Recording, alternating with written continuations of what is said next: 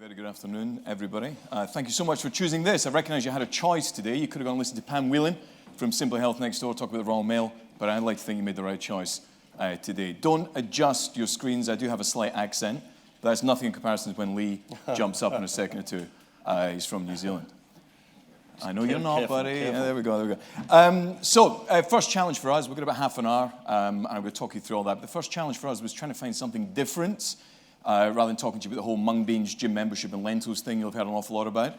So we've been quite inspired recently, and I've been quite inspired recently, to talk about the emerging evidence relating to millennials in the workplace. We are seeing great response to some early articles that we've written and produced, and we really want to explore that with you guys today.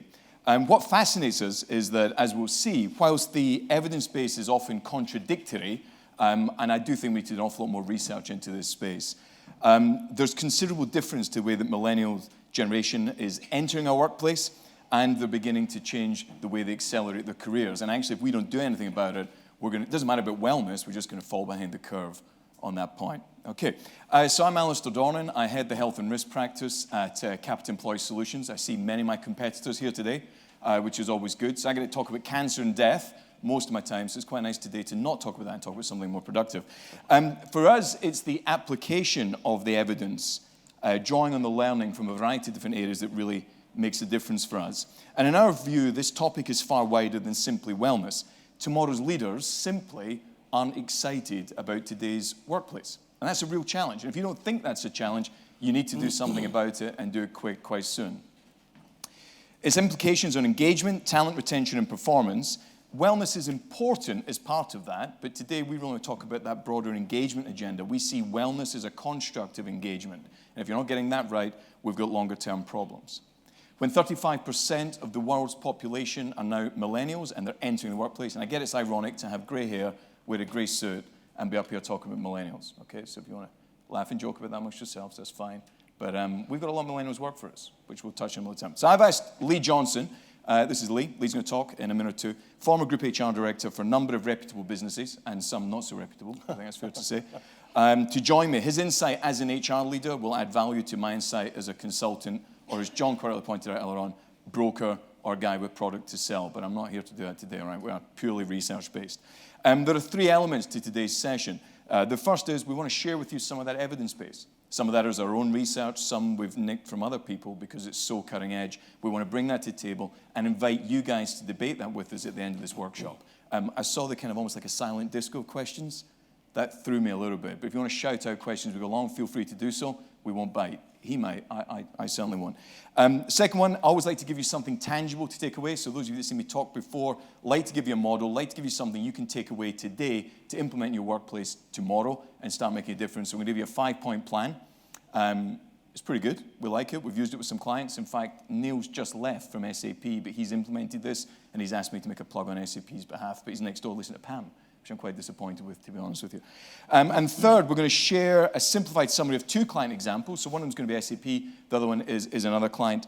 And in Précis, really just demonstrate how they're tackling this challenge of wellness, engagement, and millennials into the workplace. Good. Any questions so far? All going well. So let me dive into the evidence base and examine some of the anchors that we see are important to this discussion. I used the word anchor in the title, and our marketing team got kind of quite carried away by it, so I've actually dumped one in there. Our view, millennials have a really precarious relationship with the workplace. And I want to just set the scene, because this is where I start to see the contradictory evidence that supports or doesn't support this. Can everyone remember 2007, 2008? If you can, you're probably not millennial in the workplace. But it all got a bit horribly wrong on the global economy at that point. I want you now to think, imagine you were 15 years of age. Imagine you were doing your GCSEs. Imagine you were making choices about going to do A-levels. Imagine you were at university at that time. Your relationship with the workplace is vastly different to, say, mine, or to Lee's, or to those of you who graduated probably before that point. Graduate schemes were oversubscribed because people weren't hiring.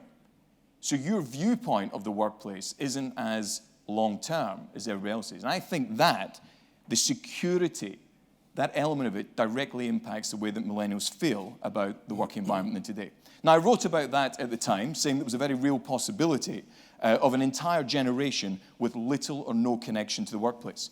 So with that in mind, it's hardly any surprise to us that 60%, this is bang up to date research, I think it came out maybe 2-3 weeks ago, we were co-authors of this, 60% of millennials in that workplace are actively seeking alternative opportunities. That's really disappointing. It means we're not getting it right. 21% changed their job in the last year.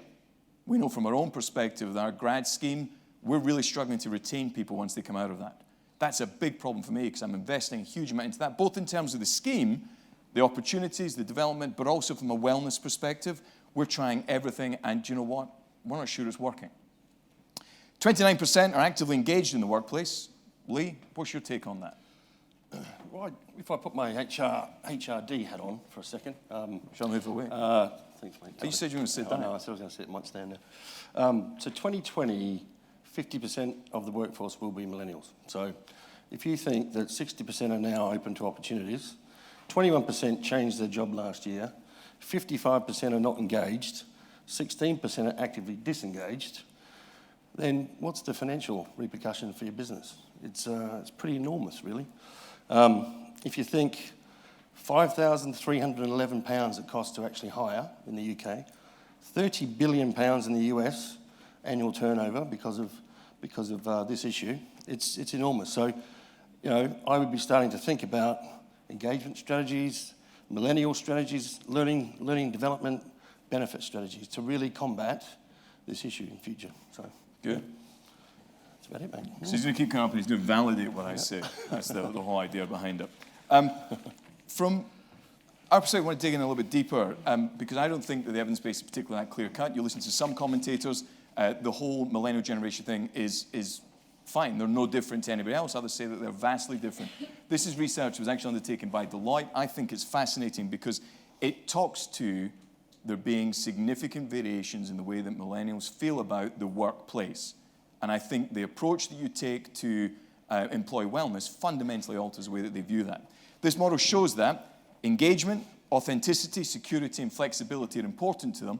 But from our perspective, we're not convinced that that argument holds water. Because generational theory, I'm not sure, demonstrates that there's a difference between a 20-year-old, how they think, and how a 40-year-old thinks. We think that some of this is to do with just getting older, changing views. I remember I've kind of changed the way I vote since I was in my early 20s. My viewpoint of the workplace has changed as well. So we're not convinced that this is absolutely spot on at the moment. What we do see, though, is that there are vastly different expectations from a millennial's perspective. You're looking to bring those people on board. You want to attract and retain them in your workplace. They're living in the now. They expect that authenticity. The whole work-life balance agenda is a massive concern for them. The 9 to 5 is kind of gone. That becomes very borderless. And if you haven't got that kind of flexibility built into your scheme or your program, then you really need to address that in the near term. We're certainly seeing that with clients we're working with, and we're seeing that with organizations where, if we even look at ourselves, we're trying to attract people into our business. Okay. Curiously, for the most digitally connected generation ever, our longitudinal survey points to them significantly higher experience of stress and pressure. Okay? Now, it's quite curious, and I say it's curious because actually what we're seeing is that millennials experience greater levels of work-orientated stress and pressure by an order of magnitude about 40% more than the rest of the workplace. And we think that that is conflated by the fact that they don't seek help through the traditional methods. So you think, anybody here got an employee assistance program in place? Feel free to raise your hands. Good. Thank you. I was going to say, there's a lot of EAPs out there if you want to speak to somebody. People joining the workplace now aren't accessing those services in the same way. They don't find them meaningful, they don't find connected. They're used to connectivity in a very different way. And we find that quite a challenge because effectively you have a whole new generation that are crashing into your workplace. And they're seeing outdated delivery models. They're seeing wellness interventions that lack immediacy. And they're seeing programs that lack genuine authenticity. Now, Lee, I know you had a couple of viewpoints on that as well. Yeah, I suppose if I think about millennials, if I take a step back, I've written some notes here beforehand. They want to learn. So the descriptors, really, values-driven, ethics-driven, have a social conscience, and want to be healthy and happy. They want the flexibility from a workforce point of view, and they want to make an impact.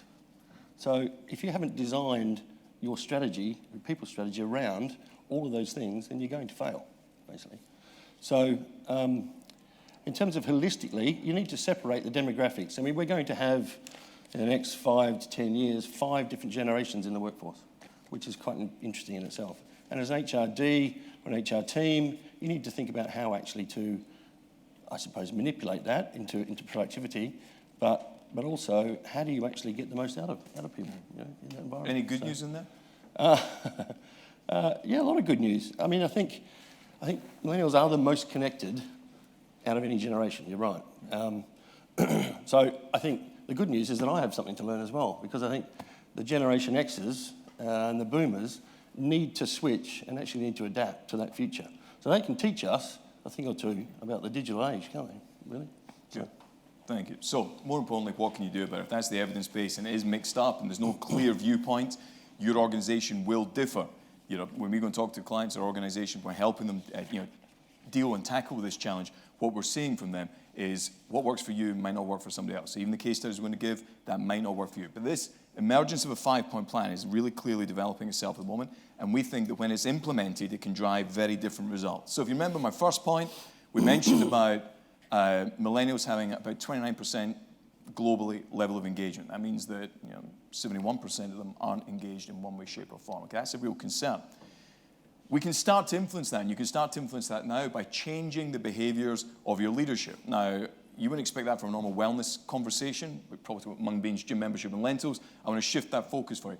If you can teach your leaders, first point, if you can teach your leaders to be a coach first and a manager second, you will dramatically alter the engagement of your millennial population. I'll give you an illustration of that. We've got a fact up there. So 29% is the standard. If your leaders can become coaches, i.e. giving continuous feedback, continuous improvement, for me, be honest with you, my boss constantly talked to me, it would piss me off. But if you're a millennial, you want that constant affirmation, the continuous feedback. Look, am I improving? How am I managing this? It's a very different environment for these individuals. Engagement increases to 42%.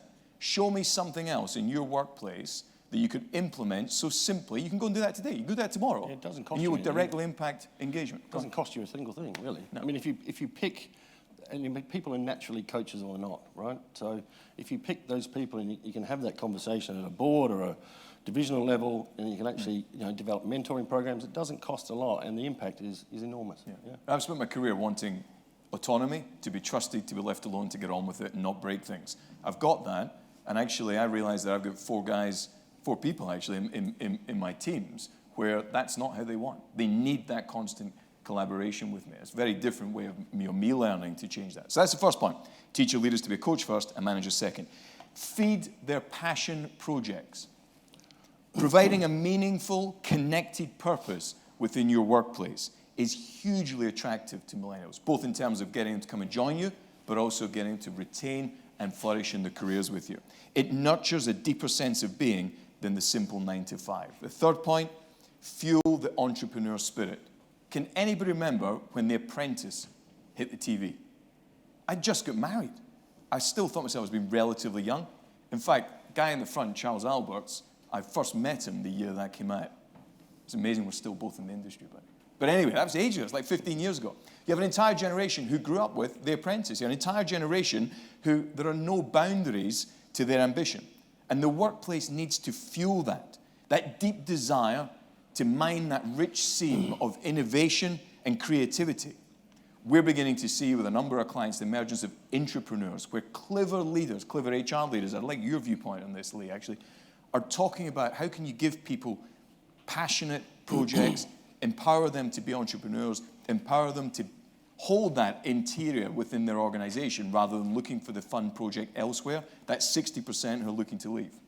Yeah, so a practical example, I suppose. I was the HRD for a FTSE 100 chemical manufacturing company. We had 20 Can't mention who it was. No, well, I won't. Security reasons.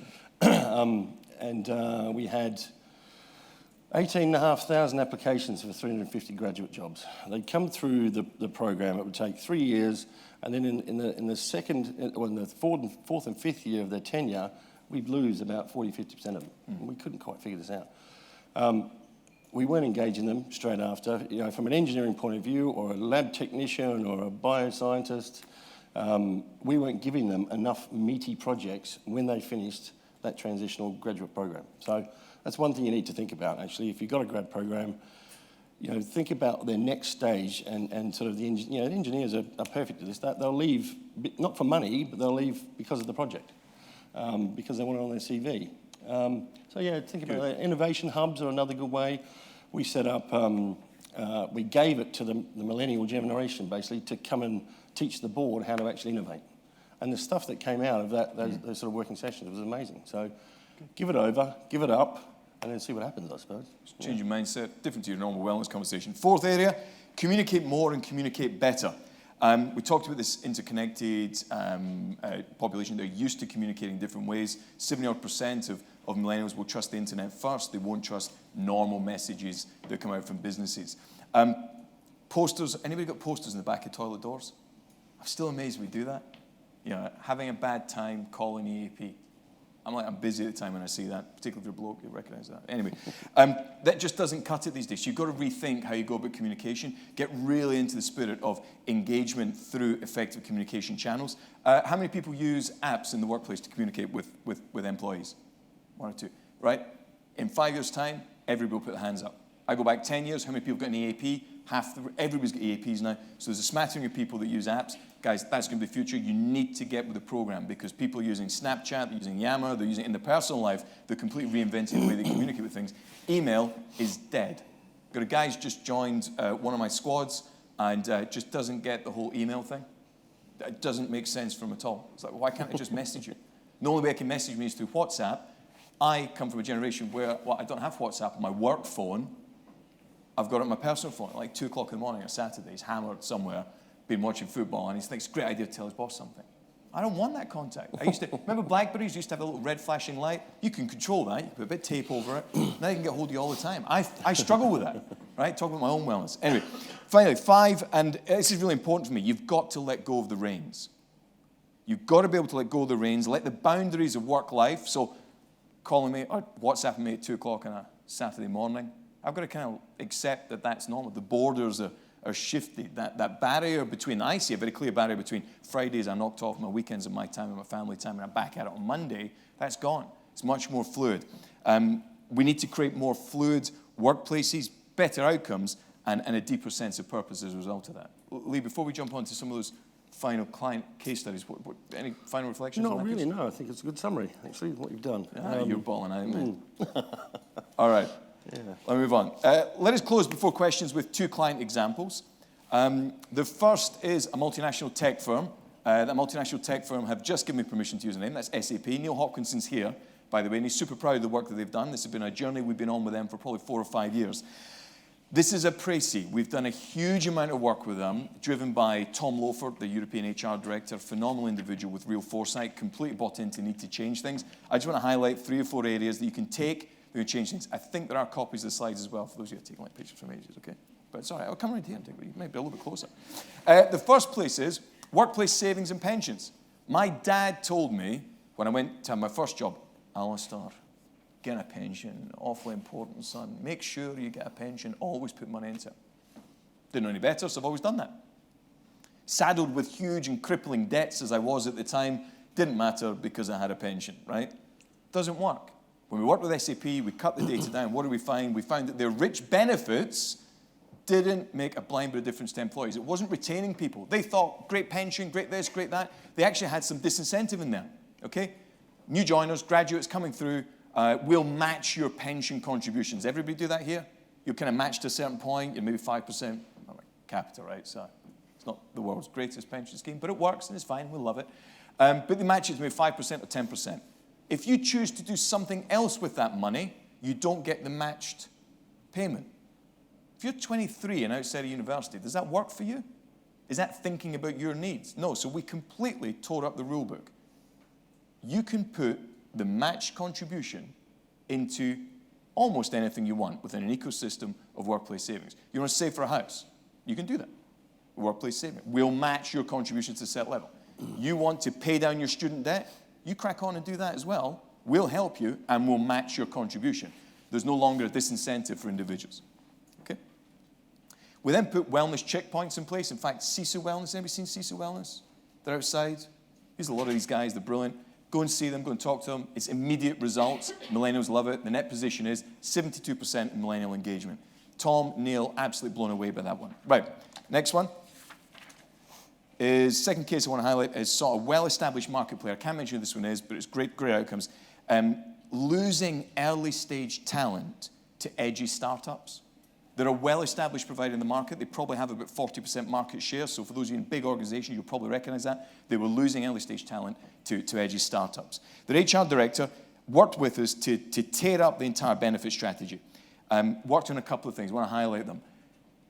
I have to have, it doesn't matter what brand it is, but it's not an Apple phone with work.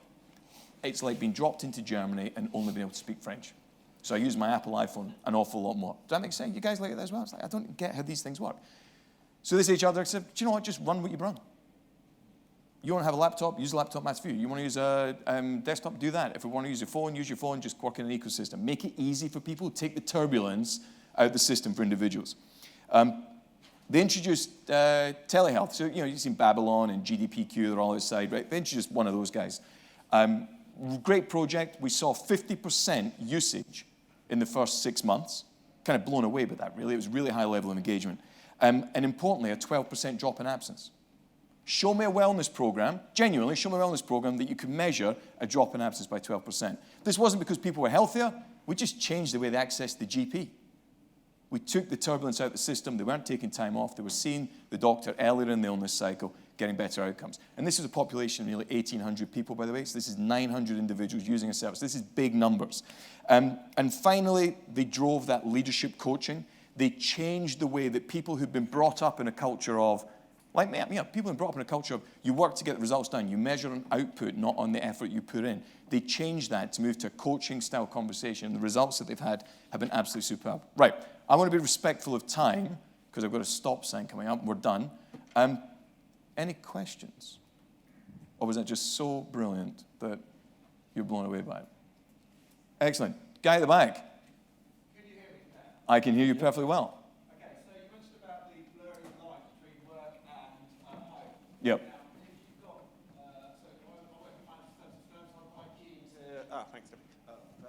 got, so I work in a financial services firm, so I'm quite, so we have an enforced restriction anyway, so employees have to spend 2 weeks away from work and away from systems, so they should do. But outside of that, I'm quite keen to get the balance between work, home, and not trying to blur the boundaries between the two. If I get a WhatsApp message from my boss at 2 o'clock on a Saturday morning, I'll be impelled or compelled to do something about it. I mean, that's not a good thing, is it, for well-being? Yeah, let me be clear. If I get a WhatsApp message from my boss, I would be shocked. One, that he knew what WhatsApp is. Second, I think it's the other way, though. It's about understanding that, whereas I would be shocked at that. I completely agree with you. Maybe aging ourselves. I would be surprised with that. That's my time. Actually, what I'm seeing is a number of people that come into that workplace who they don't see that boundary. It'd be very normal for them to just contact you. Okay, 2 o'clock is an extreme example. But to contact you outside of office hours. Office hours don't exist for people anymore. And that's a big shift for us. Lee? I would be, mortified, frankly. Yeah. I tend to keep a fairly strict boundary on work life, home life, playing with the kids. You can't actually, it becomes a whole well-being stress management situation. You turn your phone off. I've been a strong believer in that. I think setting the boundaries as the boss with your group of millennials is probably the way to actually tackle that and say, please don't do that. Yeah, don't do it again. It doesn't work for me. No, but Wife's not really happy with it. Yeah. Just rethink it. Good. Any more? Quick question there. If not, we are available afterwards, so do grab us. Yep. Okay. Yeah. We'll catch up with you. Thank you very much. Really appreciate that.